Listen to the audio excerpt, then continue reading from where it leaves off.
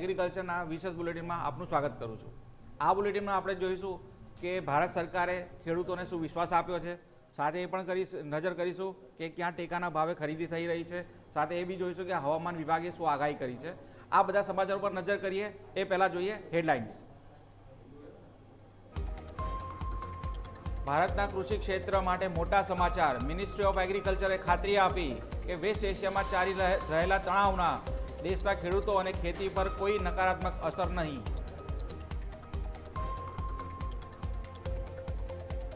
અમરેલીના ખાંભામાં ટેકાના ભાવે ચણાની ખરીદી શરૂ।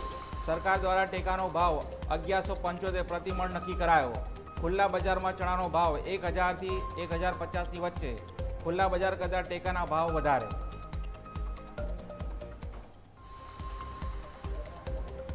ગોંડલમાં ઘઉંની ઐતિહાસિક આવક। માર્કેટિંગ યાર્ડમાં 2.5 લાખ ગુણી આવક થઈ। ખેડૂતોને મળી રહ્યા છે પોષણક્ષમ ભાવ। પોષણક્ષમ ભાવ મળતા ખેડૂતો થયા રાજીના રેડ।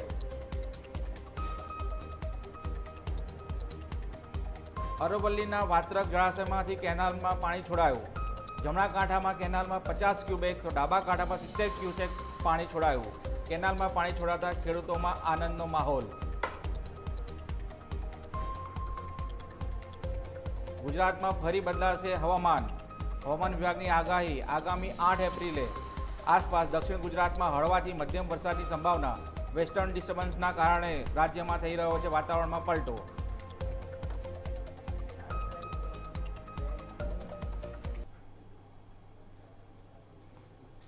તો દર્શક મિત્રો, આપણે જોયું આ હેડલાઇનની અંદર કે ભાઈ સરકારે એક ખેડૂતોને માહિતી આપી છે કે ખેડૂતોને ખાતરી આપી છે કે આ જે એશિયામાં જે ટેન્શન ચાલી રહ્યા છે એની કોઈ અસર નહીં થાય। અને સાથે સાથે જોવા જઈએ તો ઘઉંની મબલક આવક થઈ રહી છે। આ તો સ્પોટ્સ માર્કેટની વાત થઈ। આપણે જો ફ્યુચરની વાત કરીએ, એનસીડીએક્સ ઉપર જો વાત કરીએ તો એનસીડીએક્સ ઉપર જે ફ્યુચરના જે વાયદા છે એ સામાન્ય રીતમાં એની અંદર નરમાશ જોવા મળી છે। કેસ્ટર સીડની જો વાત કરીએ તો એના 6349નો ભાવ બોલાઈ રહ્યો છે, જેની અંદર સામાન્ય નરમાશ આવી રહી છે। 0.10% માઇનસ છે। સાથે કેસ્ટર કેકની જો વાત કરીએ, કોટન કેકની વાત કરીએ તો કોટન કેકની અંદર જો 3500 રૂપિયાનો ભાવ બોલાઈ રહ્યો છે, જેની અંદર સામાન્ય વધારો છે। બાકી જોવા જઈએ તો ગુવાર ગમ અને ગુવાર સીડની અંદર જે સતત હેટ્રિક વાગી રહી હતી 3 દિવસથી, જે શુક્રવારે, સોમવારે, મંગળવારે 3 દિવસથી જેના ભાવ વધારે હતા, એ આજે જોવા જઈએ તો એની અંદર ક્યાંક નરમાશ જોવા મળી છે। ગુવાર ગમની વાત કરીએ તો ગુવાર ગમની અંદર 11,143નો ભાવ થઈ રહ્યો છે, એની અંદર સામાન્ય ઘટાડો છે। જ્યારે સીડની વાત કરીએ તો સીડની વાત કરીએ તો એમાં 5399નો ભાવ બોલાઈ રહ્યો છે। અને જીરાની વાત કરીએ તો જીરાની અંદર જે 22,000નો ભાવ બોલાઈ રહ્યો છે। પણ જોવા જઈએ તો જીરાનો ભાવ જે છે 21,000થી 22,000ની વચ્ચે રમી રહ્યો છે। જીરામાં આજે સામાન્ય ઘટાડો જોવા મળ્યો છે। તો આ રહી જે ફ્યુચરની વાત। હવે એક મહત્વની વાત કરીએ તો ભારત સરકારે છે આપણા ખેડૂતોને બાંહેધરી આપી છે, જે કૃષિ ક્ષેત્ર માટે મોટા સમાચાર છે। એ સમાચારની જો વાત કરીએ તો અત્યારે આપણે જોઈએ તો હાલ ઈરાનનો જે વોર ચાલી રહ્યું છે, સ્ટેટ ઓફ હોર્મોઝના કારણે જે શિપ બધા અટવાઈ રહેલા છે, એના હિસાબે આપણે તાજેતરમાં જોયા છે, આ પ્લેટફોર્મ ઉપર આપણે સાંભળેલા સમાચાર પણ કવર કરેલા કે ક્યાંક ખાતરની અછત આવી રહી છે, ક્યાંક રો મટીરિયલ ઓછું મળી રહ્યું છે। પણ આ બધાને છે ને રદિયો જાહેર કર્યો છે મિનિસ્ટ્રી ઓફ એગ્રીકલ્ચરે। મિનિસ્ટ્રી ઓફ એગ્રીકલ્ચરે ખેડૂતોને ખાતરી આપી છે કે આગામી સિઝનની અંદર જો વાત કરીએ તો આગામી સિઝનની અંદર ના ખાતરની તકલીફ પડશે, ના રસાયણોની તકલીફ પડશે। મિનિસ્ટ્રી ઓફ એગ્રીકલ્ચરે ખાતરી એવી આપી છે કે વેસ્ટ એશિયામાં ચાલી રહ્યા તણાવનો દેશના ખેડૂતોને કોઈ અસર નહીં થાય। અસર તો ઠીક છે, પણ નકારાત્મક પણ અસર કોઈ નહીં થાય એના પર। ખાસ કરીને આવનારી ખરીફ સિઝનની જો વાત કરીએ તો સરકાર એના માટે સંપૂર્ણ તૈયાર છે। ખરીફ સિઝન માટે જરૂરી જે ઇનપુટ્સ કહેવાય, રાસાયણિક ખાતરો છે કે પછી યુરિયા ખાતર છે, એના માટેના પેસ્ટિસાઇડ છે, એના માટે સરકાર તૈયાર છે। જો ખરીફ સિઝનના જો બીજની વાત કરીએ ને તો બીજની માંગ છે 166.46 લાખ ક્વિન્ટલ। અને એની સામે જોવા જઈએ તો દેશમાં જે બીજની ઉપલબ્ધતા છે 185.74 લાખ ક્વિન્ટલ છે। એટલા માટે જોવા જઈએ તો 19 લાખ આસપાસ જે કહેવાય ક્વિન્ટલ જથ્થો સરકાર પાસે એટલો રિઝર્વ છે। આની અંદર જોવા જઈએ તો ધાનમાં જો ધાન છે, તમામ પ્રકારના ધાન, સોયાબીન, મકાઈ, મગફળી, દાળ જેવા તમામ પાકનો જે પૂરતો સ્ટોક છે એ સરકાર પાસે હાલ ઉપલબ્ધ છે। સાથે એમને એ પણ બાંહેધરી આપી છે, સાથે એ પણ ખાતરી આપી છે કે એલપીજીની જે સમસ્યા હતી એ હવે એલપીજી સમસ્યા ઓછી થઈ ગઈ છે અને સંપૂર્ણ રીતે કહેવાય કે સંપૂર્ણ રીતે ઉકેલાઈ ગઈ છે. સાથે એમને ખાતર અને કૃષિ રસાયણોની જે સ્થિતિ પણ મજબૂત છે. સરકાર મુજબ જોવા જઈએ તો આગામી ખરીફ માટે ખાતરની કુલ જરૂરિયાત સામે સારો એવો જથ્થો સરકાર પાસે ઉપલબ્ધ છે. અને જો ખાતરની જો વાત કરીએ તો ખાતરની જરૂરિયાત કેટલી છે તો 390 લાખ મેટ્રિક ટન છે અને એની સામે ઓપનિંગ સ્ટોક અત્યારનો આપણે જોવા જઈએ તો 180 લાખ મેટ્રિક ટન છે. એટલે 46% જેટલો તો અત્યારે હાલ સ્ટોક છે. જ્યારે સરકાર બીજા પ્રયત્નો કરી રહી છે કે અન્ય રસ્તાઓ છે, રશિયાથી, મોરોક્કોથી, ત્યાંથી સરકાર છે બીજું ખાતર લાવવાનો પ્રયત્ન કરી રહી છે. તો આ બધું દ્રષ્ટિએ જોવા જઈએ તો સરકાર છે એના રીતે તમામ પ્રયત્નો કરી રહ્યા છે કે ખેડૂતોને આગામી સમયમાં ખરીફ સિઝનમાં કોઈ પ્રકારની તકલીફ ના રહે. અને જો સાથે જોવા વાત કરીએ ને તો ટમેટા, ડુંગળી અને બટાકા જેવા જે પાકો છે એના ભાવ નિયંત્રણ માટે પણ સરકાર કામ કરી રહી છે. એટલે આ તમામ પ્રકારનું જોવા જઈએ તો બીજ, ખાતર અને દવાઓ પૂરતા પ્રમાણમાં જ્યારે લોકોને મળી રહે, ખેડૂતોને, એના માટે સરકાર કામ કરી રહી છે. તો ધવલ, આપને અહીંયા જણાવો કે આ જે સરકારે મિનિસ્ટ્રી ઓફ એગ્રીકલ્ચરે બાંહેધરી આપી છે કે ખાતરી આપી છે કે ભાઈ સરકાર જોવા જઈએ તો જે બીજનો કોટા છે, બીજના કોટાની સામે ઉપલબ્ધતા વધારે છે. 19 લાખ બીજ આપણી પાસે વધારે છે. તો સરકારની જે પ્રી પ્લાનિંગ છે એને કયા સ્તર સુધી આપણે જોઈ શકાય કે સરકાર કેટલું દીર્ઘદ્રષ્ટિ કે અગમચેતીના પગલાં લઈ રહી છે ખેડૂતો માટે?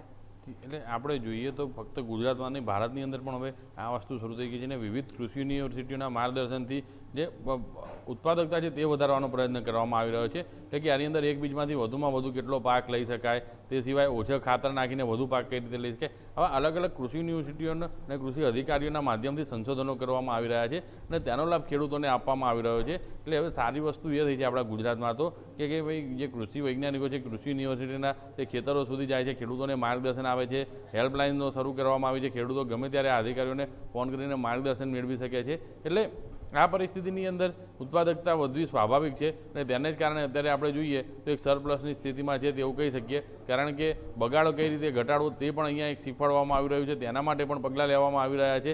એટલે અહીંયા આ જે વિવિધ સરકારના પગલાઓ છે તેની આ સીધી અસર આ રીતે જોવા મળી રહી છે. અને ઓવરઓલ આના કારણે આપણે જે અત્યારે જે સંગ્રહ છે, બિયારણ છે, તેની ક્ષમતા પણ વધારે જોવા મળી રહી છે. તેમાં નવા સંશોધનો કરવામાં આવી રહ્યા છે. કારણ કે અત્યારે ક્લાઇમેટ ચેન્જ એક મોટો ઇસ્યુ થઈ ગયો છે અને તેના કારણે આજે ક્લાઇમેટ ચેન્જના કારણે આ સ્થિતિ આપણે જોવા જઈએ તો જે નવા સંશોધનો એટલા માટે વધુ જરૂરી બની ગયા છે કે આ ક્લાઇમેટ ચેન્જના અંદર તમારે જે ઉત્પાદકતા વધુ કઈ રીતે મેળવીને બગાડ કઈ રીતે ઓછો થાય અને તેના માટે સરકાર પ્રયત્નશીલ છે અને તે માટે ખેડૂતોને પણ માર્ગદર્શન આપી રહી છે. કૃષિ યુનિવર્સિટીઓને કૃષિ વૈજ્ઞાનિકો સંશોધન કરી રહ્યા છે. એટલે તેના કારણે આપણે જોઈએ તો ઘણી બધી વસ્તુમાં આપણે વિદેશથી આયાત ઘટી ગઈ છે. એટલે આ ઓવરઓલ જે પરિસ્થિતિ ઊભી થઈ છે તે આપણા માટે એક સારી બની છે તેવું આપણે કહી શકીએ.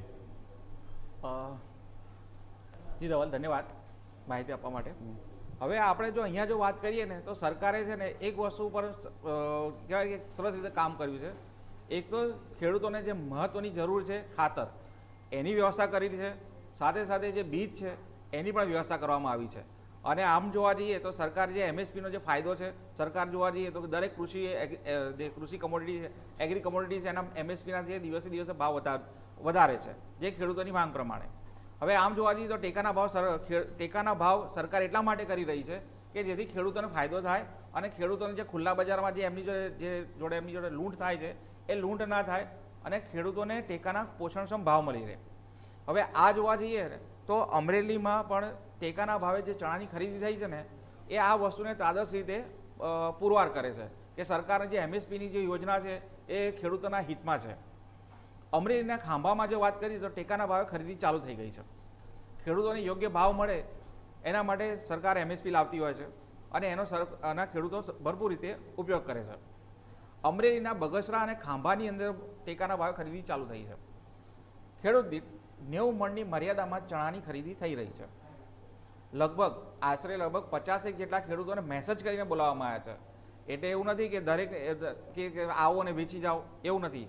દરેક ખેડૂતને 50 જેટલા ખેડૂતોને એમનું ટોકન આપવામાં આવ્યું હતું, એમનો સમય આપવામાં આવ્યો હતો અને એમને કીધું આ સમયથી આ સમયની અંદર તમારો માલ વેચાઈ જશે. એ રીતની વ્યવસ્થા સરકાર દ્વારા કરવામાં આવી હતી. હવે જો વાત કરીએ તો સરકારે ટેકાનો જો ભાવ દેખવા જઈએ તો 1175 રૂપિયા પ્રતિ મણ નક્કી કર્યો છે અને ખુલ્લા બજારમાં જ્યારે માલ જે વેચાય છે, જે ચણા વેચાય છે એનો ભાવ છે 1000થી લઈને 1050 વચ્ચેનો. તો અહીંયા મહત્ત્વની વસ્તુ એ છે કે ખેડૂતોને એમએસપીનો ફાયદો મળી રહ્યો છે. પણ સામે જોવા જઈએ તો ખેડૂતોની માંગ એ છે કે જે સરકારે 90 મણની જે મર્યાદા રાખી છે એની સામે સરકારે મર્યાદામાં વધારો કરે અને મર્યાદા કરે 125થી લઈને 150, એટલે 150 મણ સુધી કરે એવી ખેડૂતો માંગ કરી રહ્યા છે. અને એમએસપીનો જો ખેડૂતોને ફાયદો મળે, જો એટલે એમએસપી પર જો ખરીદી થાય તો ખુલ્લા બજારમાં જે બજારમાં નુકસાન થઈ રહ્યું છે ખેડૂતોને એ અટકી જાય. હવે આ અંગે જો ખેડૂતોની શું પ્રતિક્રિયા છે આવો સાંભળીએ સીધા એમની પાસેથી. ખાંભા માર્કેટિંગ યાર્ડમાં આવ્યો છું શેણા લઈને. 50 ખેડૂતને બોલાવ્યા છે આજે અને ટેકાના ભાવથી 1175 ભાવે ખરીદીએ છે. હવે જો અહીંયા બધા માર્કેટ યાર્ડમાં લે તો ખેડૂતને મુશ્કેલી ન ઊભી થાય. અત્યારે તો ખાંભા આજ શરૂ થયું છે. હવે તમામ માર્કેટ યાર્ડમાં સરકારશ્રી પોતાની ખરીદી શરૂ કરે એવી વિનંતી છે. અને આ અત્યારે વાદળાની સિઝન છે, માવઠું થાય, ખેડૂતોને બહુ નુકસાન જાય એટલે તાત્કાલિક ખરીદી શરૂ કરે એ અમારી અપીલ છે સરકારશ્રી પાસે. અમરેલીમાં 11 કેન્દ્રો છે કુલ. અત્યારે આપણે બીજું કેન્દ્ર એટલે ખાંભા અને બગસરા ચાલુ થઈ છે. બાકી આવનારા દિવસોમાં બધા કેન્દ્ર ઉપર ખરીદી ચાલુ થઈ જશે. બધા ખેડૂતોનો વારો આવી જાય એમ છે, એટલે એ કોઈ ચિંતા નથી. સરકારે એ રીતની જ વ્યવસ્થા કરેલી છે અને બધા કેન્દ્રો 2-3 દિવસમાં જ ચાલુ થઈ જવાના, એટલે બધા ખેડૂતોનો વારો આવી જાય. રાજ્ય સરકાર દ્વારા ખેડૂતોને પોષણક્ષમ ભાવ મળે તે માટે થઈને ચણાની ટેકાના ભાવે ખરીદી શરૂ કરવામાં આવી છે. અમરેલી જિલ્લામાં 11 કેન્દ્રમાંથી 2 કેન્દ્ર પર ટેકાના ભાવે ચણાની ખરીદી શરૂ કરવામાં આવી છે. ત્યારે આપણે સીધા દ્રશ્ય બતાવવા માંગીએ. આજે ખાંભાના એપીએમસીમાં ચણાના ટેકાના ભાવે ખરીદી શરૂ કરવામાં આવી અને 50 જેટલા ખેડૂતોને ખરીદી માટે મેસેજ કરીને બોલાવવામાં આવ્યા છે. ત્યારે રાજ્ય સરકાર દ્વારા એક ખેડૂતના 90 મણ ચણા લેવામાં આવી રહ્યા છે. બીજી તરફ વરસાદની કમોસમી વરસાદની આગાહીને લઈને પણ ખેડૂતોને ચણા વેચવા માટે મજબૂરી થઈ રહી છે. બીજી બાજુ ટેકાના ભાવ છે તે 1175 રૂપિયા છે. ત્યારે ખુલ્લી માર્કેટમાં ખેડૂતો ચણા વેચવા જાય તો 1020-30 રૂપિયા મળી રહ્યા છે.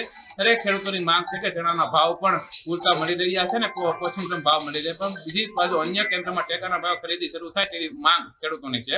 દશરથસિંહ રાઠોડ. તો દર્શક મિત્રો, આપણે સાંભળ્યું કે ટેકાના ભાવે ખરીદી ચાલુ થઈ છે, પણ સામે ખેડૂતો એવું માંગ કરી રહ્યા છે કે જે ટેકાના ભાવે જે 90 મણ છે 90 મણમાં વધારો થાય અને સરકાર જે આ વધારો જે છે થોડોક 90 મણથી કરીને 125 મણ કે 150 મણ કરી શકે. હવે આ તો ચણાની વાત થઈ, પણ જો જોવા જઈએ તો ઘઉંની પણ ઐતિહાસિક આવક થઈ છે ગોંડલ માર્કેટ યાર્ડમાં. અને જોવા જઈએ તો ઘઉંની માર્કેટિંગ યાર્ડમાં 2.5 લાખ ગુણી ઘઉંની આવક થઈ છે.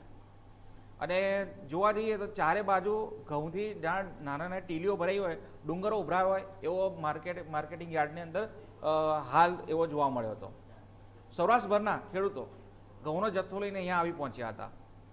અને ઘઉંની જો વાત કરીએ એ કેમ આવ્યા હતા, એની પાછળનું રીઝન એવું છે કે ઘઉંના 20 કિલો મણનો જો ભાવ છે એ 450થી 750 સુધી વચ્ચે બોલાઈ રહ્યો છે. એટલે અહીંયા ખેડૂતોને સારો ભાવ મળી રહ્યો છે. એટલા માટે ગીર સોમનાથ, જુનાગઢ અને બોટાદ ના ખેડૂતો સીધા ગોંડલ માર્કેટ યાર્ડમાં પહોંચી ગયા હતા એમનો માલ વેચવા માટે, જણસ વેચવા માટે. ખેડૂતોને પોષણક્ષમ ભાવ મળી રહ્યા છે એટલે ઓબ્વિયસલી અહીંયા ખેડૂતોની ભીડ આવવાની છે.